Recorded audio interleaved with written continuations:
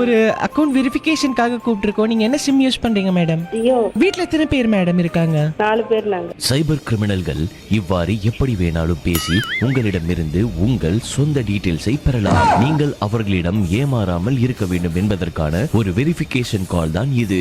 நீங்கள் உங்கள் தகவல்களை கூறிவிட்டீர்கள், மறுபடி உங்களுக்காக இந்த ஒரு கால் அழைக்கப்படும். மேடம் வணக்கம் மேடம், என்ன சிம் யூஸ் பண்றீங்க மேடம்? சொல்ல முடியாது, வேண்டாம். அந்த மாதிரி கேட்கறவங்களுக்கு பதில் கொடுக்க கூடாதுன்னு சொல்றாங்கல்ல.